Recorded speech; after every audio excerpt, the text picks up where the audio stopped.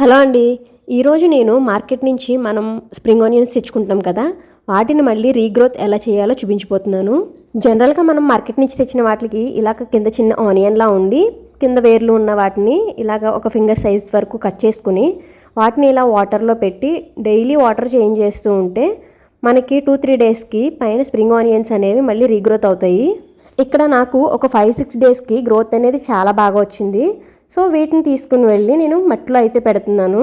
So that మనం daily water change చేయాల్సిన అవసరం ఉండదు. అలాగే కింద వేర్లు అవి పాడవుతాయి అనే డౌట్ కూడా ఉండదు. ఇంకా అలాగే ఇలా మట్టిలో పెట్టిన వాటిని మనకి కావాల్సినప్పుడు కట్ చేసుకుని యూస్ చేసుకోవచ్చు.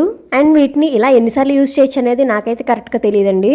అలాగే మీరు ఎప్పుడైనా మార్కెట్ నుంచి తెచ్చిన వాటితో ఎలా ట్రై చేసి ఉంటే కామెంట్ చేయండి. ఇలా మట్టిలో పెట్టిన 1 వీక్కి గ్రోత్ అయితే చూసారు కదా, చాలా బాగా వచ్చింది. అండ్ వీటికి కింద ఆనియన్స్ వస్తాయో లేదో కూడా తెలియదు. మీలో ఎవరికైనా తెలిస్తే కామెంట్ చేయండి. వీడియో నచ్చితే లైక్ చేసి మన ఛానల్ని సబ్స్క్రైబ్ చేసుకోండి.